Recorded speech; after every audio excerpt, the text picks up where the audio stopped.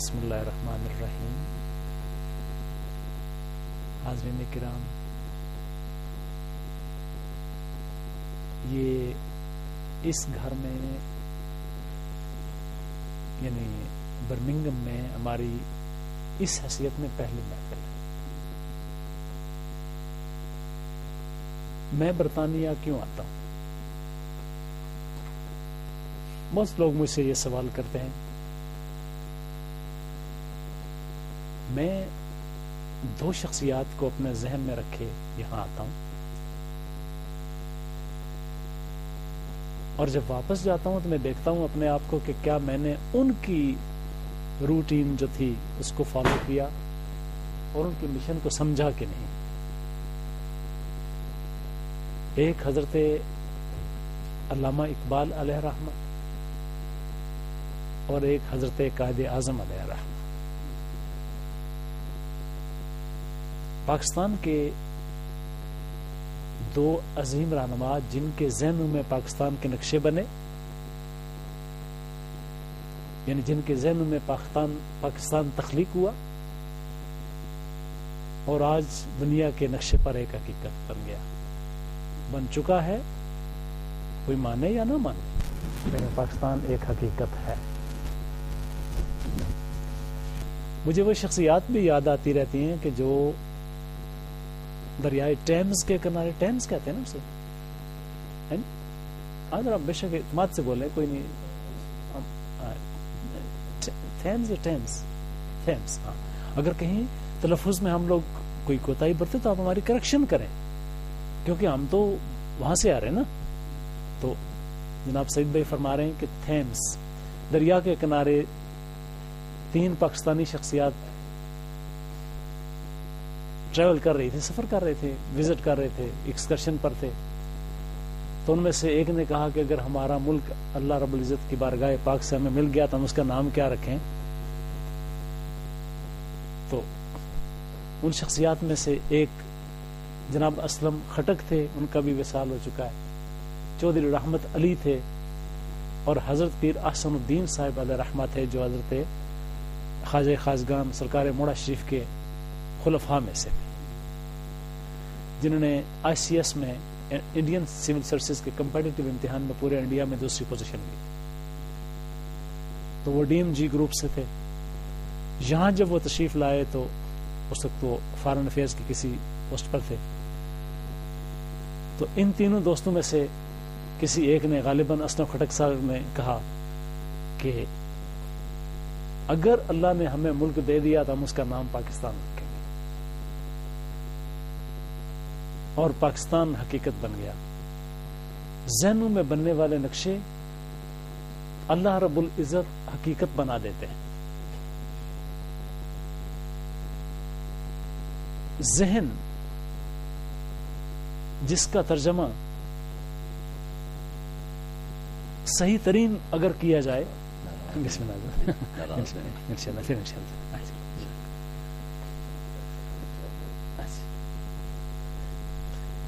صحیح ترین ترجمہ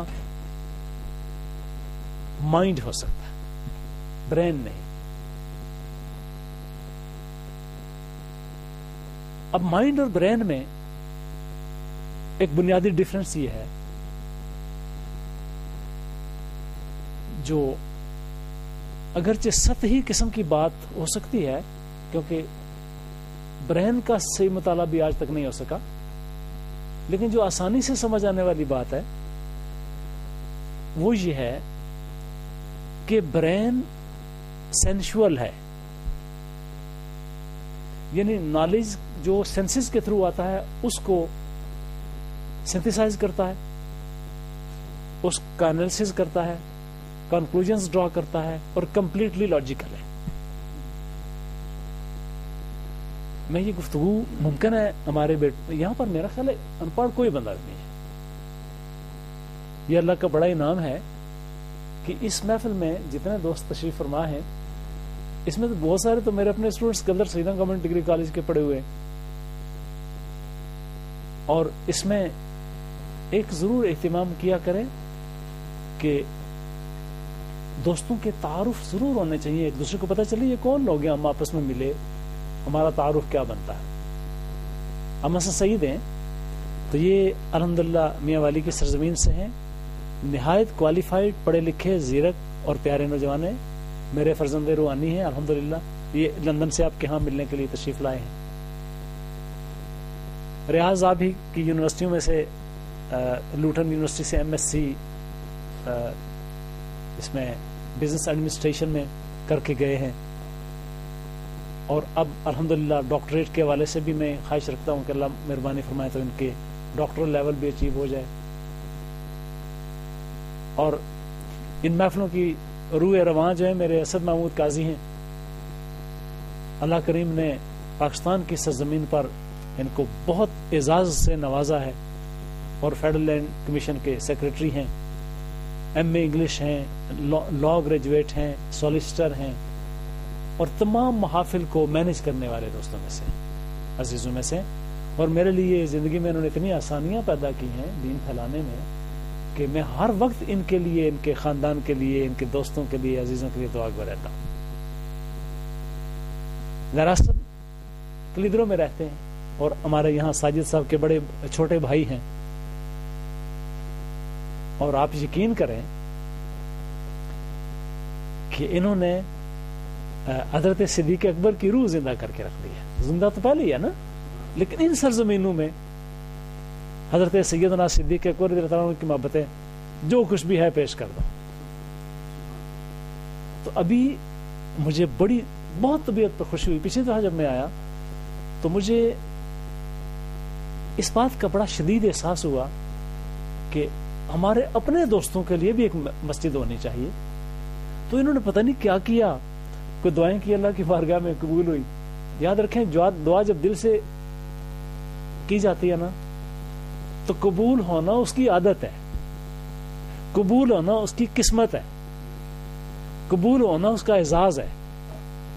کبھی ہو ہی نہیں سکتا کہ خدا کے سامنے کوئی کھڑا ہو جائے اور خدا کہہ دے واپس چلے جاؤ. وہ خدا ہے؟ کیا کہہ رہا ہوں؟ اسے خدا کہنے کی ضرورت ہی کوئی نہیں ہے. جو کہے واپس چلے جاؤ نہیں دیتا. نہ دینے والا خدا ہمارا ہو ہی نہیں سکتا. میں بڑی بولڈ سٹیٹمنٹ دے رہا ہوں. کیوں؟ کہ آج تک اس کے خزانہ پاک سے خالی لوٹا ہی کوئی نہیں. سرکار نبی کریم علیہ السلام ارشاد فرماتے ہیں کہ جن لوگوں کو یہ خدشہ ہو کہ ہماری دعا قبول نہیں ہوتی، ان کو بتا دینا چاہتا ہوں. سرکار علیہ السلام فرماتے ہیں کہ میں ان کو بتانا چاہتا ہوں کہ دعا کبھی رد ہوتی ہی نہیں.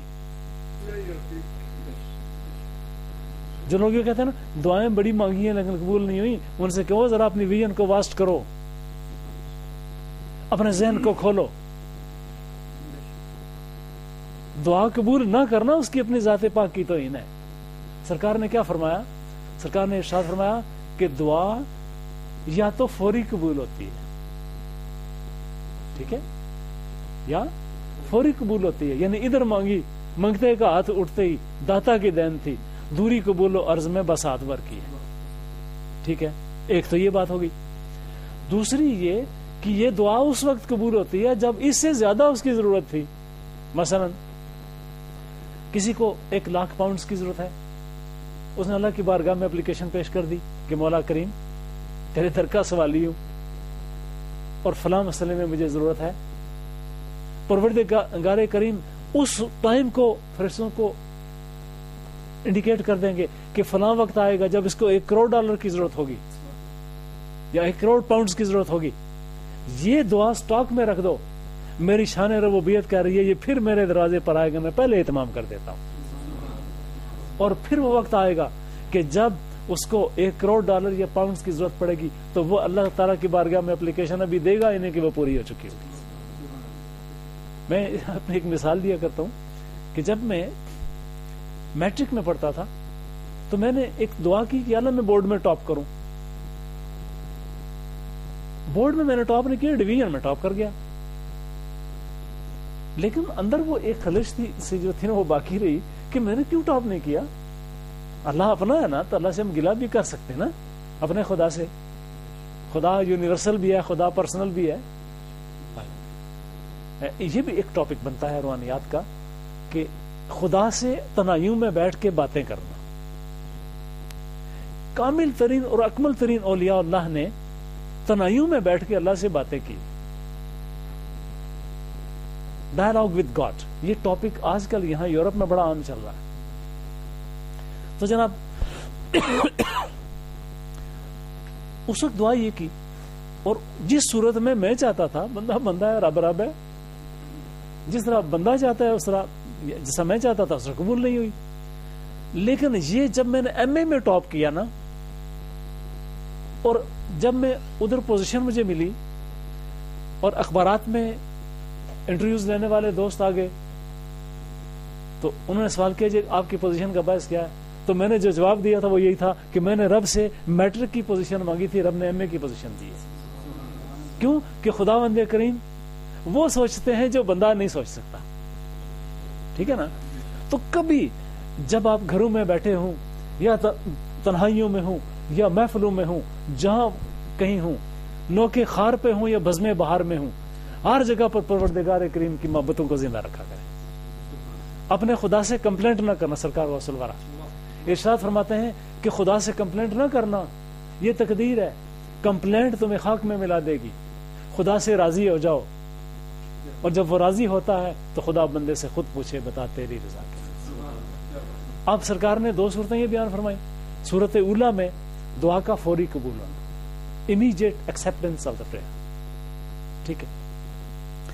دوسری صورت میں whenever the requirement is more, whenever the need is more suppressive, more forceful. ٹھیک ہے. جب آپ کی جو نیڈ ہے وہ زیادہ ہو جائے, اس صورت میں پروردگار کریم آپ کو کرم سے نوازیں گے. اور سرکار فرماتے ہیں کہ جن کی یہ دونوں صورتیں بھی دعا کی نہ بنے, کل قیامت کے دن جب حساب ہوگا, ہر کوئی اپنا اپنا نامہ اعمال اٹھا کے, اس کو یا دائیں ہاتھ میں ہوگا یا بائیں ہاتھ میں ہوگا, ایک نامہ اعمال دعاؤں کا ہوگا, ان ایکسپٹڈ پریئرس, کہ وہ دعائیں جو قبول نہیں ہوئی. سمجھ آ رہی ہے؟ تو وہ دعائیں جو قبول نہیں ہوئی, پروردگار پاک فرمائیں گے یہ ان کا بینک اکاؤنٹ ہے جس پر اتنا پروفٹ دوں گا ان کو کہ ان کو جنت میں جانے کا سرور آ جائے گا. ان کو سب سے زیادہ دو, کیونکہ انہوں نے میری دعاؤں کی, اپنی دعاؤں کی استجابت کا میری بارگاہ میں انتظار کیا ہے. اس کو دعاؤں کا اجر بھی دو, صبر کا اجر بھی دو. ہماری بات کی. تو اس طرح یعنی اگر کسی کے ذہن میں کہیں کونے خدرے میں کوئی بات چل نکلے کہ جناب دعائیں قبول نہیں ہوتی, تو ان دوستوں کو بتائیے گا کہ دعا دھوکہ دینے والی شے نہیں ہوتی. دعا خداوند کریم کی قدرت کا بینک اکاؤنٹ ہے. تو بات کہاں سے چلی تھی؟ برین اور مائنڈ. برین کو بھی کما حق ہو اسٹڈی نہیں کیا گیا, تو مائنڈ کو اسٹڈی کرو تو بہت دور کی بات ہے. تو مائنڈ میں بننے والے امیجز جو ایک دفعہ بنے وہ اس لیول تک چلے جاتے ہیں جہاں پر ان کا سیڈ اور بیج رکھ دیا جاتا ہے.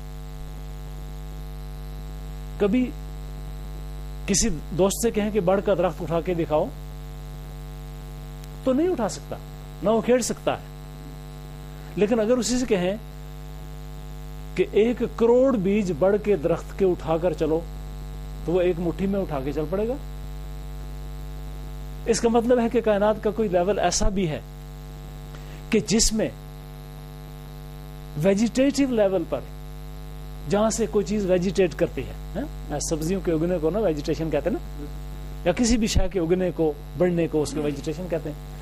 اب جناب ویجیٹیٹو لیول پر انسان ایک تھاٹ دیتا ہے,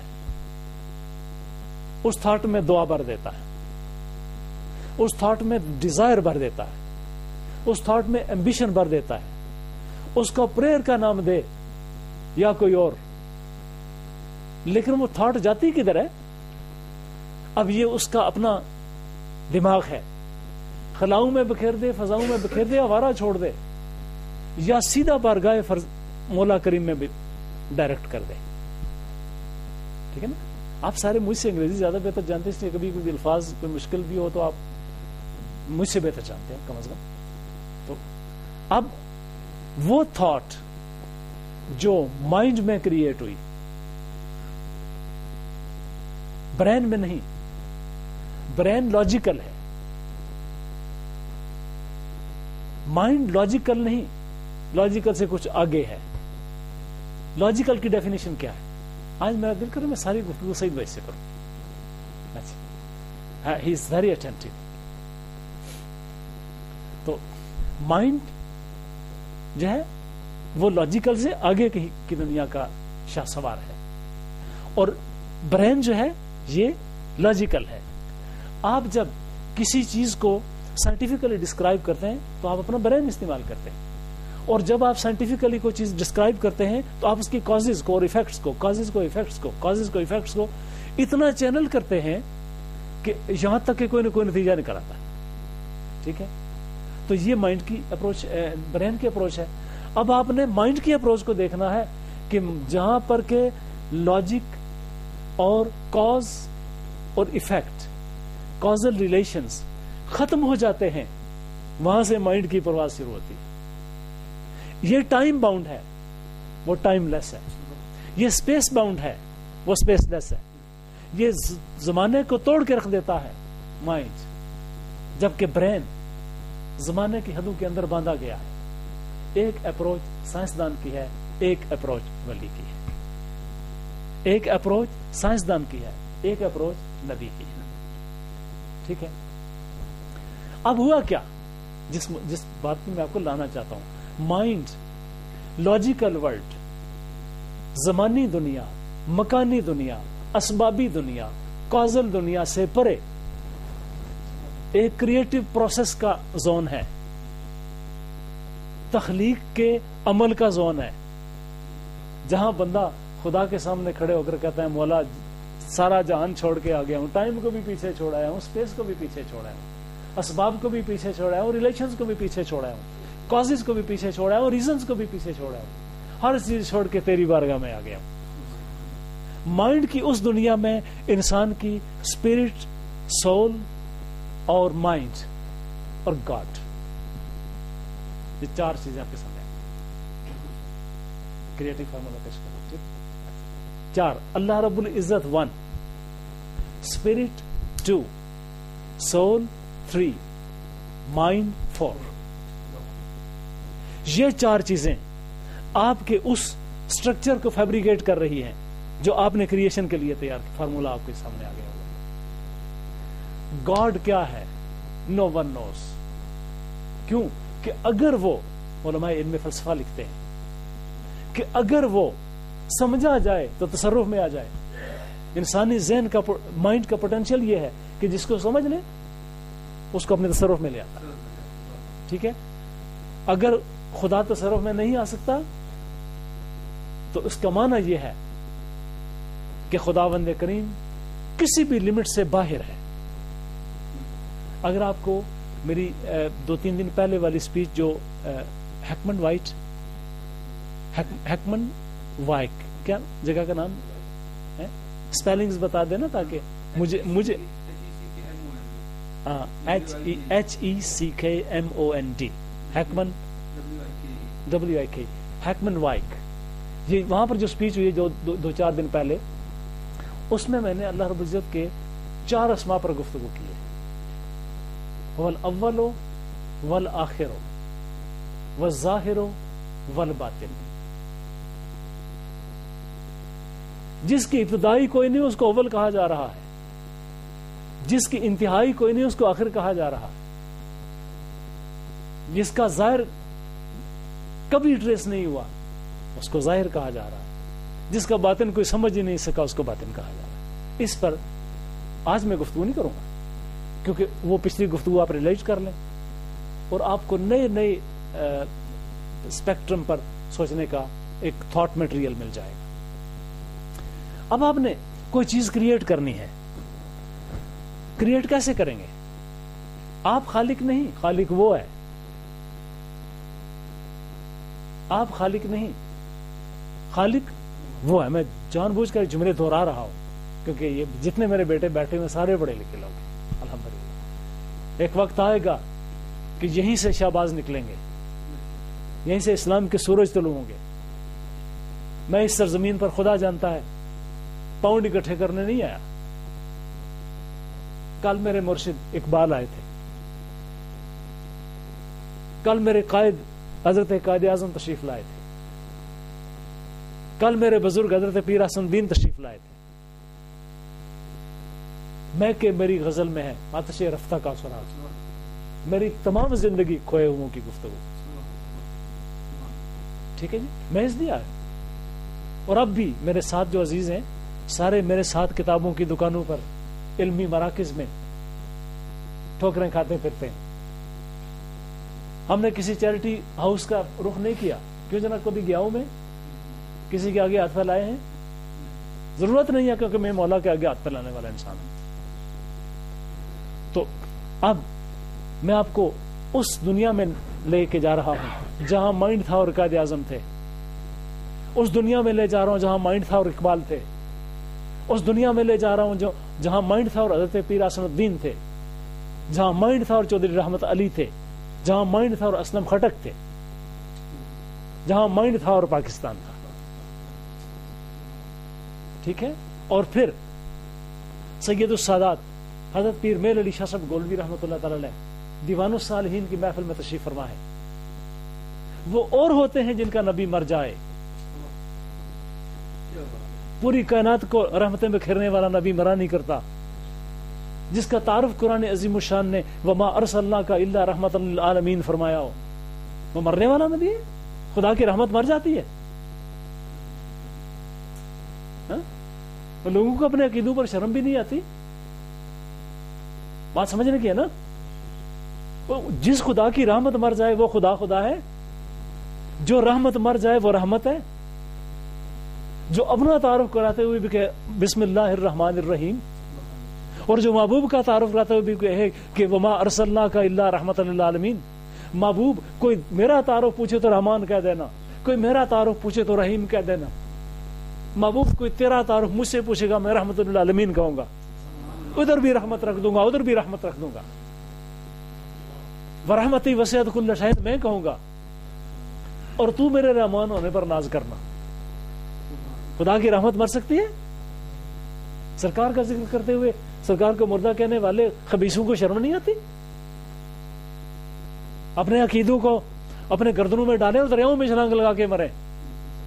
ہمارا نبی مرنے والا نبی آئی نہیں ہے. تو کیا عرض کر رہا ہوں, جہاں رحمت کی دہلیز پر, جہاں رحمت کے فورا پر ہمارے بزرگ پاکستان تلاش کر رہے تھے, اور سید السادات حضرت پیر میر علی شاہ صاحب گولوی, ادھر یہ سین ہے ادھر وہ سین ہے. ہر روز حضور شہنشاہ کونین علیہ الصلوۃ والتسلیم کی ذات پاک کی ایک محفل ہوتی ہے, جہاں حضور پسند فرمائیں, جہاں حضور کرم فرمائیں, اور وقت کے ایگزیکٹو اولیاء اللہ کہ جن کو دربار رسالت تک حضوری حاصل ہے. ٹھیک ہے. حضوری والے کون ہوتے ہیں؟ سچے پیر. چھپ چھپ کے پاؤنڈ مانگنے والے سچے پیر نہیں ہوا کرتے, یا چھپ چھپ کے لوگوں پر کہنے والے تم پر کالا جادو ہوا ہے, تم پر چٹا جادو ہوا ہے, تم پر سرخ جادو ہوا ہے, 6 بکرے لگیں گے دور کرنے کے لیے. تو ولی ہے. ولایت کے دامن کا داغدار نہ کر, تو ولایت کا کچھ نہیں لگتا.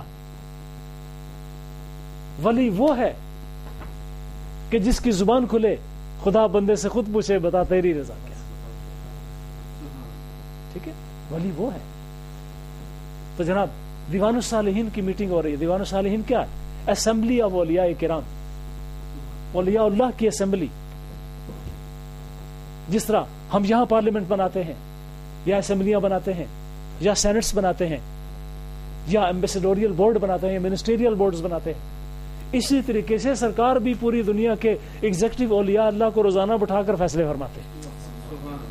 دیوان الصالحین میں شہنشاہ کونین کرم فرما ہے, اور وہاں حضرت سید السادات بھی تشریف فرما ہے, سرکار غوث الورا بھی تشریف فرما ہے, حضرت شہنشاہ مجدد سرکار خزینۃ الرحمت بھی تشریف فرما ہے, اور حضرت والی اجمیر بھی تشریف فرما ہے, حضرت شہنشاہ نقشبند بھی تشریف فرما ہے, اور وقت کے چوٹی کے اولیاء اللہ تشریف فرمائے.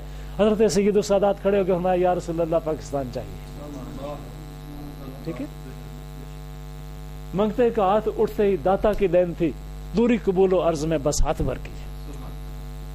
ادھر شہنشاہ گورڑا شریف کے قلب پاک سے تمنا پاکستان نکلی. سرکار نے مسکرا کے فرمایا میرے لیے جاؤ, دے دیا. پاکستان کے ان سرزمینوں پر اگر سودے کرنے والے بے ایمانوں شرم کرو, تم پاکستان کے لگتے کیا ہو؟ اپنے ملک میں آنے کی توفیق نہیں ہے اور لیڈر بنے پھرتے ہو. آؤ سید السادات کا دربار دیکھو, جہاں آج بھی 7-7 لاکھ کے اجتماعات کہتے ہیں یا اللہ پاکستان کو سلامت رکھنا. ٹھیک ہے, اس ملک کو کوئی خطرہ ہے؟ کبھی نہیں گھبرانا. اب میں آپ کو جو ٹاپک جو چھیڑا ہے, میں نے کیوں چھیڑا ہے؟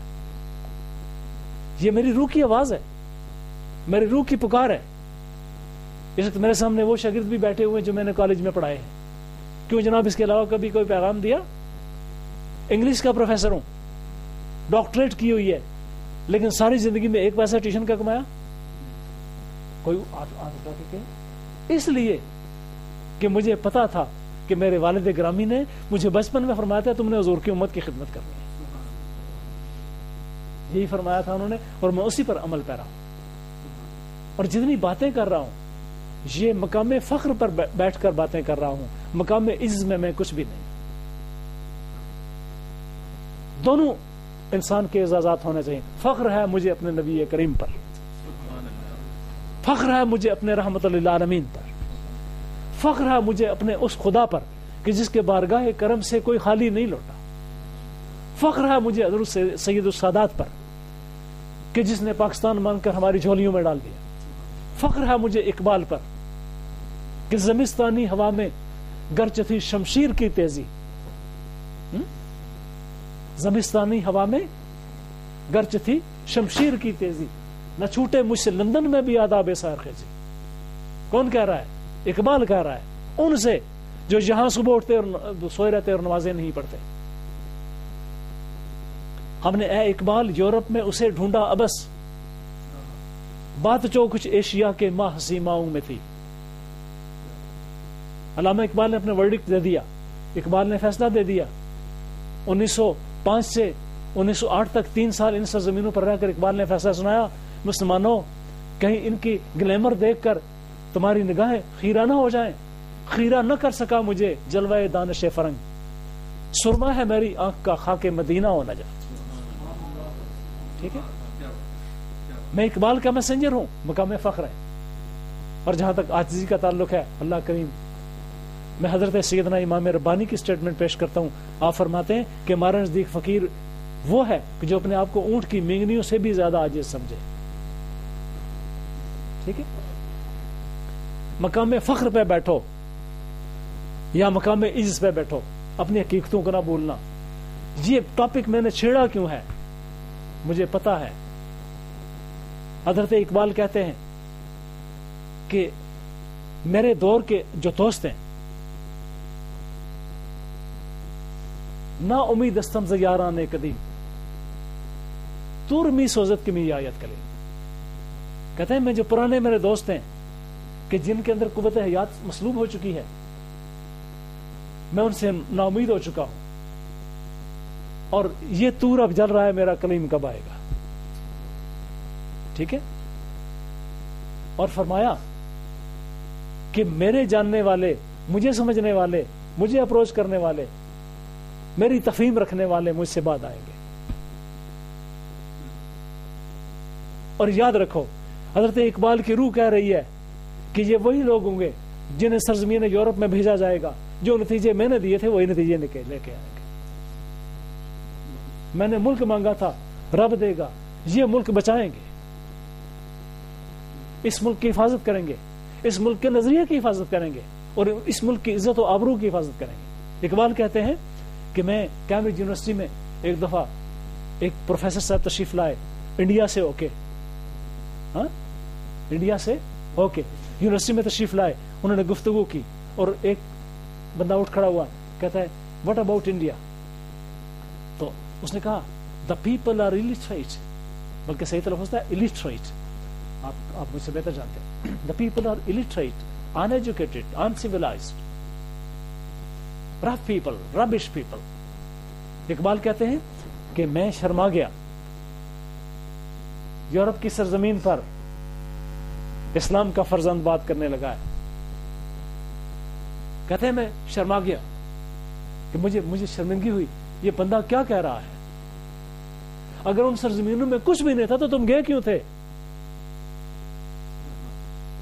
سوال بنتا ہے کہ نہیں بنتا؟ مسلمانوں جا کے بات کیا کرو. ہاں جی, اگر ان سرزمینوں میں کچھ بھی نہیں تھا تو تم گئے وہاں پر کیا لینے تھے؟ کچھ تھا تو گئے تھے نا. تو جناب کہتے ہیں کہ میں ڈائس پہ چلا گیا, روسٹرم پہ چلا گیا, اور وہاں جا کر میں نے آف ہینڈ سپیچ کی, ایکسٹمپوری, اور وہ پروفیسر جھوم رہے تھے. The man who had delivered the lecture, وہ جھوم رہے تھے. وہی پروفیسر جو انڈیا سے آئے تو انڈیا کو گالیاں دے رہے تھے. کہتے ہیں سو نائس اسپیچ, اتنی پیاری تقریر, آپ کون ہیں؟ تو اقبال کہتے ہیں میں نے سینے پہ ہاتھ رکھ کے کہا I am proud that I am an Indian. Pakistan تو بھی بنا نہیں تھا نا.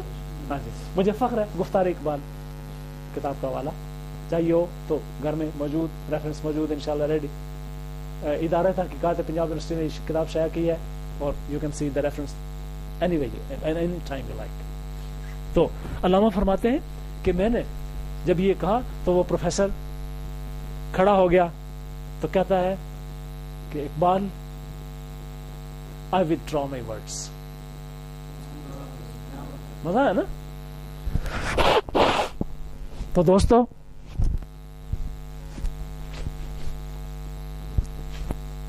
آپ کو میں ہاتھ دکھا دے پھر وہی منظر اے صبح و شام, تو دوڑ پیچھے کی طرف اے گردش ایام. تو جس وقت اینگلز اور سیکسن دو قبیلے جرمن ٹرائبس یہاں آئے تو اس وقت وہ قبیلے کہاں سے آئے تھے؟ غزنی سے آئے تھے. غزنی سے جرمنی میں آئے, جرمنی سے برطانیہ میں آئے. اور کون سا قبیلہ تھا؟ راجے تھے, راجپوت قبیلے تھے. اور کیا لے کے آئے؟ کرسچنڈم لے کے آئے, کرسچینٹی لے کے آئے. جب یہاں آئے تو زبان اور تھی. یاد رکھیں میں یہاں کرسچنز کو گالیاں دینا نہیں آیا ہوں, نہ میرا مشن ہے, نہ گالیاں دینا اسلام کی عادت ہے. گالیاں وہی لوگ دیں جن کے اندر گالیاں اور کچھ آئی کوئی نہیں. ہاں جی, الاناء یترشح بما فیہ, برتن سے وہی نکلتا ہے جو اس کے اندر ہوتا ہے. ہمارے دلوں میں اسلام کا نور ہے, ہمارے قلوب میں, اذہان میں اسلام کا نور ہے, ہماری کتاب قرآن میں اسلام کا نور ہے, ہمارے نبی کے پیغام میں اسلام کا نور ہے, نور الہی ہے. ہم تو گالیاں دینے تو آئے نہیں, لیکن یہ ضرور کہیں گے کہ جب کرسچینٹی یہاں آئی تو الحمدللہ اس کو یہاں لانے کا شرف بھی ہمارے راجپوت قبیلوں کو حاصل ہوا ہے. آج برطانیہ اپنی ہسٹری اٹھا کے دیکھے, اینگلز لینڈ اگر اینگلز ہی کی ہے تو وہ راجے ہے,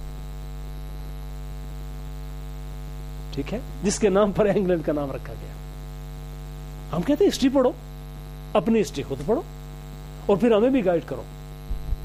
یاد رکھیں ہیومن سوشولوجیکل سائنسز کہتی ہے کہ جب ایک کلچر کسی علاقے میں ڈومیننٹ ہو, پریویلنٹ ہو اسپیسیفکلی, تو بعد میں آنے والا کلچر اگر اس کو اوور پاور کر لے تو اس کی کلچرل فورس زیادہ ہوتی ہے. یعنی ایک قبیلہ یا دو قبیلے یا چار قبیلے یا پوری قوم کسی علاقے میں آباد ہو اور باہر سے کوئی قوم انویڈر کے طور پہ آ جائے, انویڈر کے طور پہ آ جائے, فاتحی کے طور پہ آ جائے, وکٹر کے طور پہ آ جائے, کوئی لفظ آپ رکھ لیں اپنے پاس جو بھی یاد رہا, آ جائے اور اس کا کلچر اس کلچر کو وینکوش کر لے, یعنی اس کا کلچر اس کلچر کو فتح کر لے, تو اس کا مطلب ہے کہ اس کلچر کی جو آنے والا کلچر اس کی پاور زیادہ ہے. ٹھیک ہے. جب یہاں آئے تو ویلچ لینگویج تھی, انگلش آ گئی. مذہب کیا تھا؟ ابھی ہم 2 دن پہلے لیک ڈسٹرکٹ گئے تو وہاں پتا چلا کہ سوفوکلیز کی جو سورڈ ہے 2 لاکھ سالہ پرانی, وہ وہاں رکھی ہوئی ہے. اس کا مطلب 2 لاکھ سالہ پرانی کلچرل ہیریٹیج کو عیسائیت نے آ کے, کرسچینٹی نے آ کے تہوبالا کر کے رکھ دیا. سمجھ آ رہی بات کی؟ کلیئر ہے؟ آبے جان جاگو, صبح کا انتظار کرو. تو جناب اس کا مطلب ہے کہ لاکھوں سالوں کی تہذیب کو, جن کی زبان اور تھی, جن کے رہائشی اور تھے, جن کی ہسٹری اور تھی, جن کے کلچر اور تھے, جن کی ہیبٹس اور تھی, عیسائی کمیونٹی نے آ کر اس کو اس طرح اوور پاور کیا کہ آج پورے ملک میں کرسچینٹی موجود ہے. اب جناب اس سے اور کوئی نتیجہ نکلے یا نہ نکلے, لیکن یہ نتیجہ تو نکلتا ہے نا کہ کرسچینٹی کی جو فورس تھی, کلچرل فورس تھی, ریلیجیس فورس تھی, ڈیوائن فورس تھی, وہ اسٹرانگر تھی. یہ نتیجہ نکلا ہے. اب جب کرسچینٹی اس طرف ڈومیننٹ ہو گئی تو کرسچینٹی کو اتنا پھیلنے کے پیچھے کس شخصیت کا ہاتھ ہے؟ جناب حضرت عیسیٰ علیہ الصلوۃ والتسلیم کا ہاتھ ہے. اللہ کے سچے پیغمبر ہیں, اللہ کے معصوم پیغمبر ہیں, اللہ کے پاک پیغمبر ہیں, اور اسی مشن کے امین ہیں جس مشن پہ حضرت آدم علیہ السلام تشریف لائے تھے. اسی مشن کے آپ ہولڈر ہیں کہ جس پر حضرت شعیب علیہ السلام تشریف لائے تھے. اسی مشن کے آپ ہولڈر ہیں جس پر حضرت اسحاق اور یعقوب تشریف لائے تھے. اسی مشن کے آپ ہولڈر ہیں.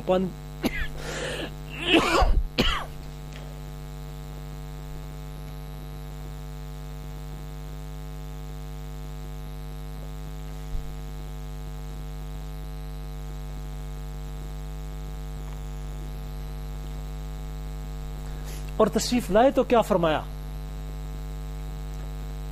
فرمایا آدم سچے تھے, فرمایا شعیب سچے تھے, نوح سچے تھے, یعقوب سچے تھے, یوسف و ابراہیم سچے تھے, اور اسحاق و موسیٰ سچے تھے. یہ سارے سچے تھے اور میں بھی سچا.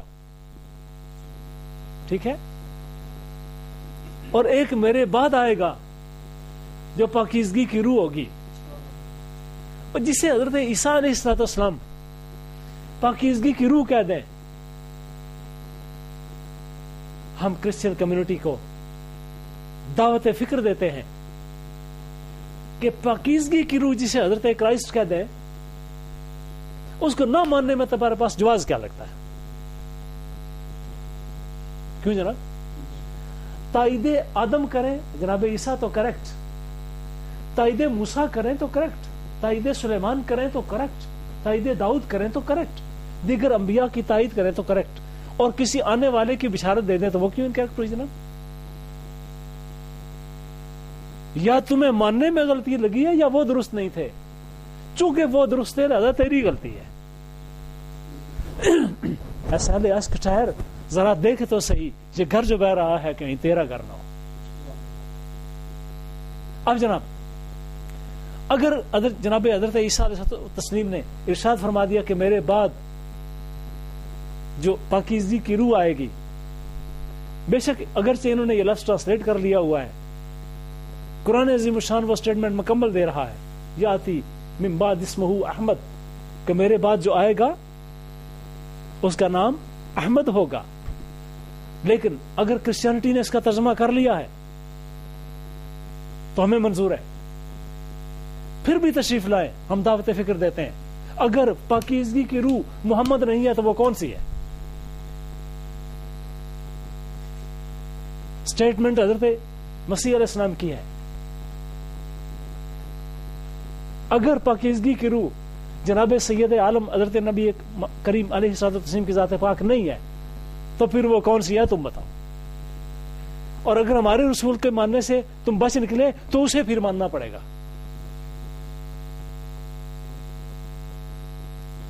There's no way out. کیوں جناب؟ اگر ادھر سے بچ نکلے تو وہاں حضرت عیسیٰ علیہ السلام کے حضور میں کھڑے ہو کر ماننا پڑے گا جناب اللہ اس ہستی کے بارے میں. اگر آپ نے فرمایا تھا اس ہستی کو اپنا نبی مانتے ہیں, یہی آپ کے میسج کی اپ ہولڈر ہستی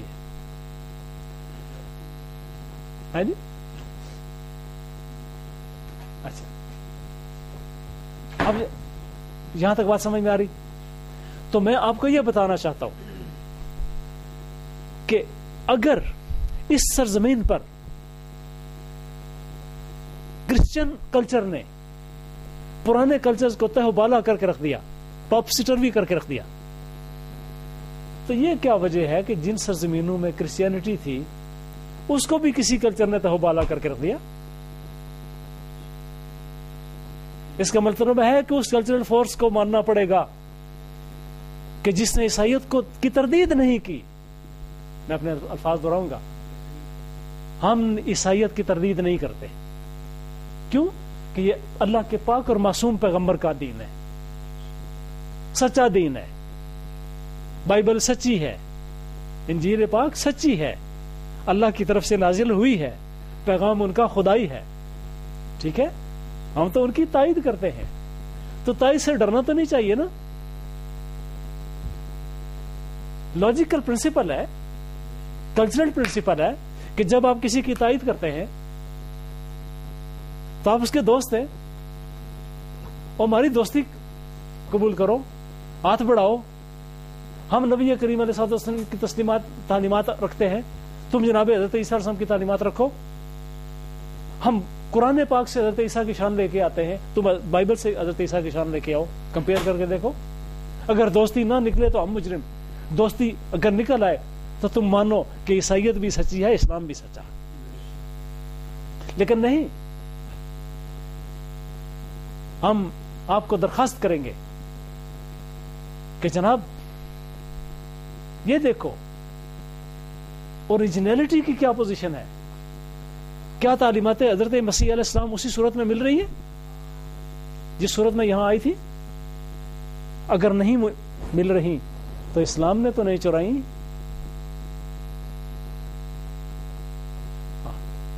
اسلام کسی کا چور نہیں ہے, اسلام نے نہیں چرائی, کسی اور چور نے چرائی ہوگی. چور تلاش کرو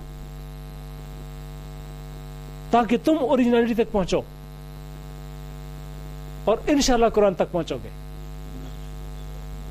اچھا, کیوں جناب کیا ہوا؟ اچھا, تو یہ بات کرنے کا کیا مقصد ہے؟ اتنی ساری گفتگو کو ڈیولپ کرنے کا کیا مقصد ہے کہ میں نے مائنڈ کو اور برین کو ڈسکس کیا, ایک طرف لاجیکلٹی رکھی اور ایک طرف لمٹ لیسنس رکھی, پھر دعا کے فلسفے پر کہ دعا کبھی رد نہیں ہوتی اس پر گفتگو کی, پھر کریشن پر بات کی کہ کریٹو فارمولا کیا ہے خدا کے بارگاہ میں. تو میں نے یہ بتایا کہ جب بندہ اللہ کی بارگاہ میں کوئی کوشچن پٹ اپ کرتا ہے, کوئی سوال کرتا ہے, تو خدا کی بارگاہ سے اسباب کی دو جہات بن جاتی ہیں. ایک سبب ظاہری, کہ وہ تھیمز کے کنارے پہ ہو, اقبال کریں یا قائد اعظم کریں, یا دیوان الصالحین میں ہو, اس کا اوکے رہنا جس ہونا لکھا. ٹھیک ہے, اب کریشن کا جو پرنسپل میں ایکسپلین کرنا چاہتا تھا وہ یہ تھا کہ گاڈ کی پہلی توجہ اپنی طرف ہوتی ہے. اس کو روحانیت کی اصطلاح میں شیونات کہتے ہیں. جس طرح اللہ کا بے نیاز ہونا اس کی شان ہے. ٹھیک ہے, یہ شیونات میں سے. خدا کی دوسری توجہ تخلیق کی طرف ہے. هو الذی خلق سبع سماوات طباقا, یا فی ستۃ ایام والی آیت لے لیں, کوئی بھی آیت لے لیں, پیدا کرنا. ٹھیک ہے, یعنی ایک ذاتی توجہ ہے جو شیونات میں سے ہے، ایک تخلیقی توجہ ہے جس میں کریشن کا پہلو کرتا ہے، کریشن کی طرف روٹ ڈیولپ ہوتا ہے. ٹھیک ہے، ان دونوں کو ملا کر آپ اسپرٹ کہتے ہیں. God, spirit related to God, spirit related to creation, ان دونوں کو ملائیں گے تو ایک اسپرٹ کی بات کریں گے. وہ اسپرٹ جو کہ تخلیق کی طرف متوجہ ہے، ہمیں سمجھ آ رہی؟ وہ اسپرٹ جو تخلیق کی طرف متوجہ ہے، وہ اسپرٹ کریٹ کرتی ہے پہلی چیز کو، اس کو سول کہتے ہیں، جس کو godly spirit, creative spirit, created spirit یعنی سول. ہر چیز کی سول پیدا کر دی گئی. آپ کا رابطہ جب اس سول سے ہوگا تو آپ اس کو جو میسج بھی دیں گے وہ کسی بھی زمانے کا وہ پورا ہوگا. تمام کریٹرز، تمام انوینٹرز، تمام لیڈرز جو بورن لیڈرز ہیں، تمام پوٹینشیل رکھنے والے، صلاحیتیں رکھنے والے، سول لیول پر جا کر کریٹو ویجیٹیٹو سیلف کو کیچ کرتے ہیں اور وہاں سے اشیاء کو کریٹ کر دیتے ہیں. اس کا طریقہ، پہنچنے کا طریقہ، وہاں پہنچنے کے لیے آپ آرام سکون سے بیٹھ جائیں. جتنے آپ ریلیکسڈ ہوں گے، اب آسان باتوں بھی کروں گا، آپ کہیں گے اتنی مشکل باتیں کر دیں کہ سمجھنے کے لیے 3-4 دفعہ اس کیسٹ کو سننا پڑے گا. سنیے گا تو جناب آپ بیٹھ جائیں، پرسکون ہو جائیں، ریلیکسڈ ہو جائیں، اور اللہ رب العزت کے کوئی نام جو آپ کو اپنے شیخ بتائیں. اور میرا خیال ہے اس میں تو میرا اپنا سارا سلسلہ بیٹھا ہوا ہے، اپنے سلسلے کے لوگ بیٹھے ہوئے، تو میں آپ کو بتاتا ہوں کہ وہ اسم الہی، اللہ کا وہ نام نامی، نام پاک کہ جو خیال میں آئی ہوئی چیز کو متشکل کر دیتا ہے، اس کی نشاندہی کر دو. یعنی سوچا کہ یہ ہو جائے، اور پھر آگے سوچ بس کر گئی کیسے ہوگا. تو ایسوں کے لیے سوال یہ ہے کہ خالق تم نہیں ہو، خالق کو خالق ہی رہنے دو، خالق بننے کی کوشش نہ کرو، بندہ بننے کی کوشش کرو. اور بندے کا کام ہے یا اللہ یہ ڈیمانڈ چاہیے، یہ چیز ہے، خالق کہہ کر لے لو، کیونکہ تیرے ذہن نے یہ کریٹ کیا ہے. ٹھیک ہے، وہ اس میں پاک جو مینیفیسٹ کرتا ہے، مینیفیسٹیشن، وہ اس میں پاک جو اشیاء کو مینیفیسٹ کریے نا. بولو نا بنا بیٹے، سارے پڑھے لکھے لوگ کو کیا کہہ رہا ہوں. اب انہیں تھوڑا گھبرائی گئی، پتہ نہیں کیا بانے پہ ہے. جی سمجھ آ رہی دوستوں کی کہ وہ اس میں پاک کہ جو اشیاء کو مینیفیسٹ کرتا ہے، ظہور پذیر کرتا ہے، یعنی خیال کو اس دنیا میں لا کر عملی صورت دے دیتا ہے. وہ اس میں پاک ہے لطیف ہو.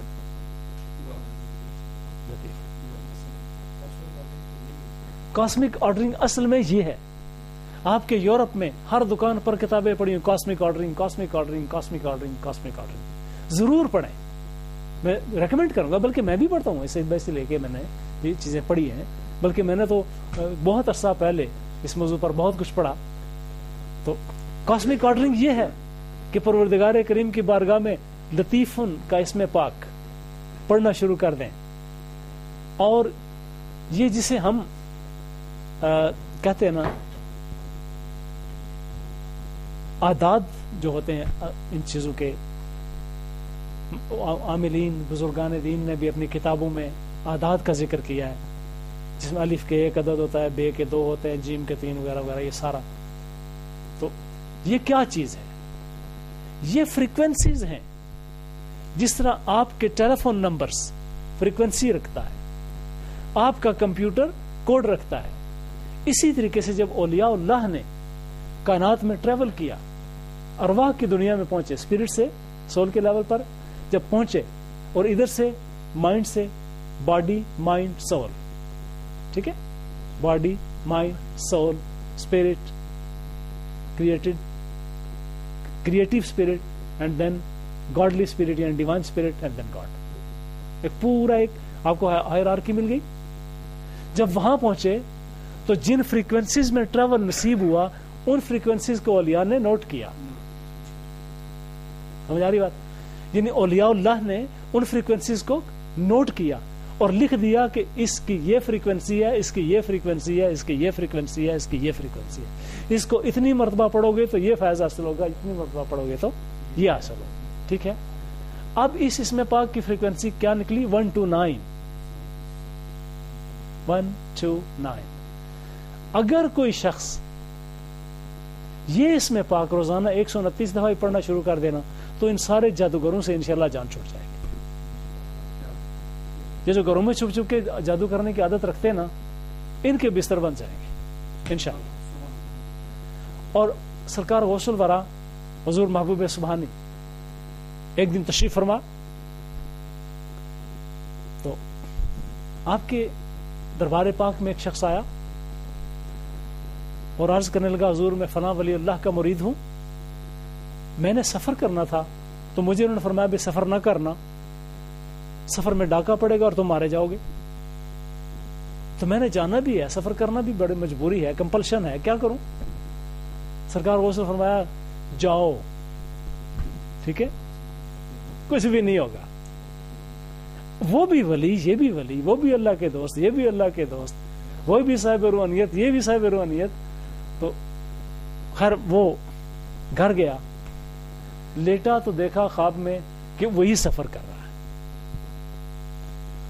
اور سفر کے پورے قافلے پر ڈاکہ پڑا, سارا قافلہ مارا گیا, اس کو بھی تلوار لگی, جو ہی تلوار لگی تو ایک دم سے چیخ مار کے جاگ پڑا, بھاگتا بھاگتا سرکار غوث الورا کی بارگاہ پاک میں آیا. کہنے لگا حضور سفر کرتا تو کرتا پہلے ہی مروا دیا ہے. آپ نے فرمایا اور میں نے مروایا نہیں, جنہوں نے وہ فرمایا تھا وہ سچے تھے, اللہ کے ولی تھے, انہوں نے درست فرمایا تھا, اور میں نے وہ اسم الہی پڑھا ہے جو ظاہر کے حادثات کو خوابوں میں بدل کر بندے کو نجات دے دیتا. جس قوم کے پاس یہ خزانے ہوں اس کو ڈرنے کی کیا ضرورت ہے؟ اگر کوئی آپ کو جادوگر ملے, ہاں ہر کونے خدرے بیٹھے نا, ہاں اگر جادوگر ملے اور کہے میں ہوں صاحب کیتا تساں تو تے پروٹیسو تو تساں نے دوئے جنگاں پجی گیا سا. آپ سچی بات مجھے آپ بتائیں کہ اس نے آپ کی مدد کی, آپ کا بیڑا غرق کر دیا, ٹیسن نہ پہرے ہی پہ ہے کہ نہیں؟ بیٹے سمجھ ایسی نہیں نا. ہاں جی. تو اب سوال یہ ہے, وہ تم نے حل کیا پیش کیا اس مسئلے کا؟ حل یہ ہے کہ اگر کوئی بدخبری دے دے کہ تم پر یہ قیامت آئے گی, کون نہیں آئے گی, جس رب کو میں نے رب مانا ہوا ہے وہ حادثات کو بدل سکتا ہے, وہ خدا ہے جو ہم سے پیار کرتا ہے, وہ خدا ہے جس نے اعلان کر رکھا ہے, میں پھر سناؤں گا کہ تو اگر تقدیر نو خواہی رواست زاں کے تقدیرات حق لا منتہاست. یہ سید بھائی نے یہ بات نہیں سنی, اجازت ہو تو سنا دو, بور تو نہیں ہوں گے. اقبال کہتے ہیں, میرے مرشد ہے نا, اقبال کہتے ہیں غرض یک تقدیر خوں گردت جگر, یعنی اگر کوئی مل جائے جعلی پیر, ہاں تو کہے, یا جعلی روحانیت والا, اور کہے کہ جناب آپ کا گھر تباہ ہو جائے گا, اور محمد عربی کے غلام کا گھر اور تباہ ہو جائے, تو کس مرض کا علاج ہے؟ ایسوں کو جوتے مار کے نکالنا چاہیے. اچھا, جو اس طرح کی باتیں کریں نا, ایسوں کو جوتے مار کے نکالنا چاہیے. تو جناب اگر کوئی بدخبری دے دے تو ڈرنا نہیں ہے. غرض یک تقدیر خوں گردت جگر, خواہ از حق حکم تقدیر دیگر. اقبال کہتے ہیں کہ اگر ایک تقدیر سے تمہارا جگر خون ہو جائے تو خدا سے دوسری تقدیر مانگو. تو اگر تقدیر نو خواہی رواست, آپ کے لیے دوبارہ دہراتا ہوں, تو اگر تقدیر نوخواہی رواست زاں کے تقدیرات حق لا منتہاست، تو اگر نئی تقدیر مانتا ہے تو درست ہے، تو اگر نئی تقدیر مانگتا ہے تو درست ہے. کیوں کہ خدا کی تقدیروں کی کوئی انتہا ہے ہی نہیں. ان تقدیروں میں سے ایک تقدیر یہ ہے کہ ظاہر کے حادثات کو، ظاہر کی مشکلات کو اور ظاہر کے حوادث کو خواب میں بدل کر کے بندے کو رستگار کر دینا، بندے کو نجات دے دینا، بندے کو اپنے رحمت کی آغوش میں لے لینا. کیوں کہ رحمت للعالمین کا نظام تقاضا یہی کرتا ہے. ڈر کس بات کا؟ جن گھروں میں بے برکتی ہے، لفظ ہی پڑا ہے، کوئی بے برکتی نہیں ہو سکتی مسلمان کے گھر میں. اپنی توہین خود کرنا چھوڑ دو اور کہو کہ میں جس کا غلام ہوں ساری کائنات کی رحمت ہے. جس کا کلمہ میں نے پڑھا وہ پوری کائنات کے لیے رحمت بن کے آیا ہوا ہے. جس کو میں نے خدا مانا ہے وہ اس کا پہلا تعارف رحمان ہونا ہے اور رحیم ہونا ہے. میں نے جس کو خدا مانا ہے کوئی جگہ اس کی رحمت سے خالی نہیں ہے. لہذا پورے اعتماد کے ساتھ اللہ کی بارگاہ میں حاضری دینا سیکھ لیں. تو میں ذمہ داری سے کہتا ہوں کہ انشاءاللہ العزیز کوئی کرم نہیں ہوگا جو ہمارے دوستوں کا نہیں برسے گا. ٹھیک ہے، کوئی رحمت کا بادل ایسا نہیں ہے جو بن برسے آپ کے سر سے گزر جائے. بہت باتیں ہوگی. تو یہ پیغام یہ تھا کہ نوجوانوں، کبھی اے نوجوان مسلم تدبر بھی کیا تو نے؟ وہ کیا گردوں تھا جس کا تو ہے ایک ٹوٹا ہوا تارا. تجھے اس قوم نے پالا ہے آغوش محبت میں، کچل ڈالا تھا جس نے پاؤں میں تاج سر دانا. ٹھیک ہے. اور پھر ہمارے مرشد مانوی نے جب ان علاقوں میں اپنی کتابیں دیکھی، اگرچہ چوری کرنا کوئی کمال نہیں ہے، میں جھنجھوڑ رہا ہوں ان لوگوں کو کہ جنہوں نے ہماری کتابیں چوری کی ہیں. کوئی کریڈٹ نہیں ہے چور ہونا. اقبال کہتے ہیں کہ وہ موتی علم کے یعنی کتابیں اپنے آبا کی. ٹھیک ہے. حکومت کا تو کیا رونا کہ وہ ایک عارضی شے تھی. نہیں دنیا کے آئین مسلم سے کوئی چارہ، مگر وہ علم کے موتی کتابیں اپنے آبا کی. جو دیکھیں ان کو لندن میں تو دل ہوتا ہے سی پارا. دوستو اتنا تو کر سکتے ہو نا کہ جا کر ان کے وہاں جا کر یہ دیکھو یہ کتاب کس نے لکھی تھی، یہ کس کی تصنیف ہے، یہ کس کی تصنیف ہے، یہ کس کی تصنیف ہے. یہاں سے کاپیاں لے کے واپس اپنے ملک میں پہنچاؤ. کل جو کتابیں چوری کر کے لائے تھے ہم لاکھوں کی تعداد میں فوٹو کاپیاں تو کر سکتے ہیں نا. ٹھیک ہے. 100 دن چور کے 1 دن شاید کا. کیوں جناب؟ اس لیے اپنے بزرگوں کی کتابیں حاصل کرو، اپنے بزرگوں کی تعلیمات سیکھو اور ان کو بتا دو. کلچرل لیول پر آ کر بات کرو. انشاءاللہ تعالیٰ اگر اسلام کا کلچر ڈومیننٹ نہ ہوا تو گلا کرنا، اور اسلام کا کلچر تمہارے کلچر کی تائید نہ کرے تو گلا کرنا. کیوں ڈرتے ہو؟ ان سے کہیں کیوں ڈرتے ہو؟ عیسیٰ کو ہم سچا مانتے ہیں، ہمارے معصوم پیغمبر ہیں. انجیل کو ہم سچا کہتے ہیں، تم کو نہ کو. ہمارے قرآن کے اندر لکھا ہوا ہے کہ انجیل سچی کتاب ہے. اگر بگاڑی ہے تو تم نے بگاڑی ہے، یا جس نے بگاڑی ہے اس کو ٹریس کر کے ہمارے سامنے لاؤ. ہم بھی تردید کریں گے اس کی، تم بھی کرو. ٹھیک ہے نا. تو اسلام ایک بہت بڑی کلچرل فورس ہے. اسلام ایک بہت بڑی اسپرچل فورس ہے. اسلام اتنی بڑی فورس رکھتا ہے کہ جہاں پر بھی گیا وہاں پر اگر 17 سال کا نوجوان محمد بن قاسم صرف 2 سال سرزمین ہند میں گزار کے جائے تو لوگوں نے مجسمے بنا لیے تھے، لیکن اسی نے کہا تھا مجسمے نہ بنانا، خدا خدا ہے، بندہ بندہ ہے. ٹھیک ہے. تو اس طرح آج کی گفتگو میں میں نے اپنی ملت کے نوجوانوں کے اندر وہ اعتماد، وہ چھپا ہوا انسان، وہ چھپا ہوا مسلمان، وہ چھپا ہوا محمد عربی کا غلام اور ہر سچے مذہب کی تائید کرنے والے، مذہب کا ماننے والا وہ انسان بیدار کرنے کی کوشش کی ہے. اپنے جذبات کو کوئی چھپا کر نہیں رکھا، نہ کسی کو برا بلا کہا، نہ عادت ہے، لیکن جو ہسٹوریکل فیکٹس ہیں ان کو سامنے رکھ کے میں بے نیاز عزیز تھا، بڑھتا چلا گیا، ہر قدم پہ موت کھڑی دیکھتی رہی. کافی آج کی گفتگو.